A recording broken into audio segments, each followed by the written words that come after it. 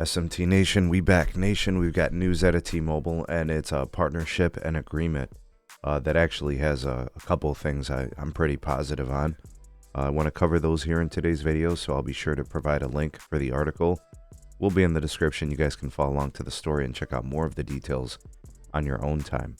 Also in the description box are ways to support the channel, so if you want to show your appreciation for all the content we've created here, you can support us. Links are there.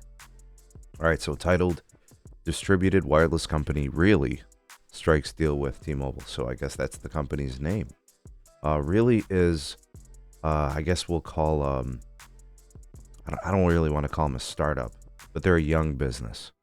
And within that young business framework, they've got huge upside. They've got some interesting ideas. They've got some really cool concepts that they do within their business model. And they've got a wholesale relationship with T-Mobile. It's what I would think is kind of like the second type of deal similar to this. I think the other one you compare this to is probably the Helium deal. You guys remember that video that we did covering this? But what really does is they allow individual connections and businesses to host small cell radios on roofs and balconies.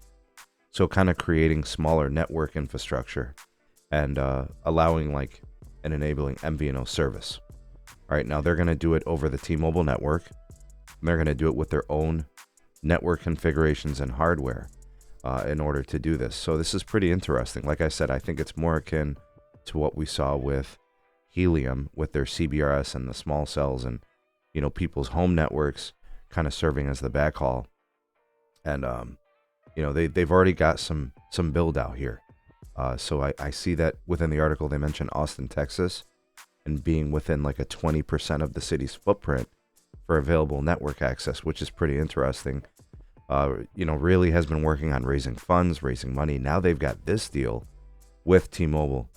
So the reason why I think this is important is because it's the second type of deal like this for T-Mobile. It's also, I guess I would call it innovative, in that it creates a different type of framework and network access.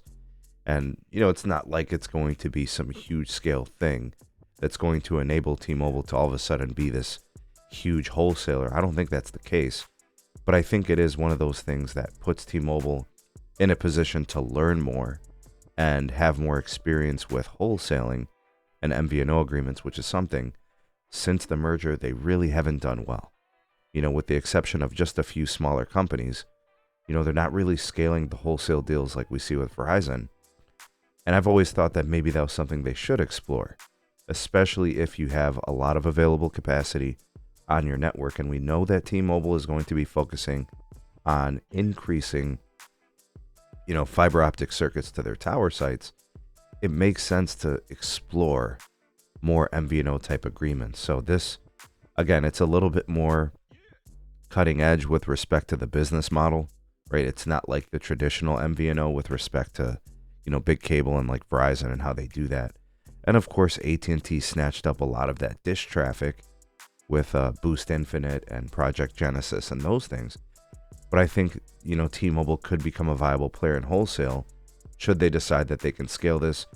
And seeing how these two deals have come together, the one with Helium, now this one with Really, maybe there are more opportunities out there for companies like Really who need that network access, and now they know T-Mobile as a viable partner, one that's willing and able to work with those smaller companies.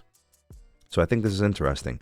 Put it in the memory bank, put it on the back burner. We'll see if something else comes of this, and if more of these types of companies start looking at T-Mobile's way for these types of access deals and agreements. But tell me what you guys think. Do you like the way that T-Mobile is approaching this? Do you think there's a future for it? And do you think T-Mobile will be the one that comes out on top as the name within the space? Love to hear what you guys have to say on this. You all, the voice of the people, the SMT Nation. Let your voice be heard.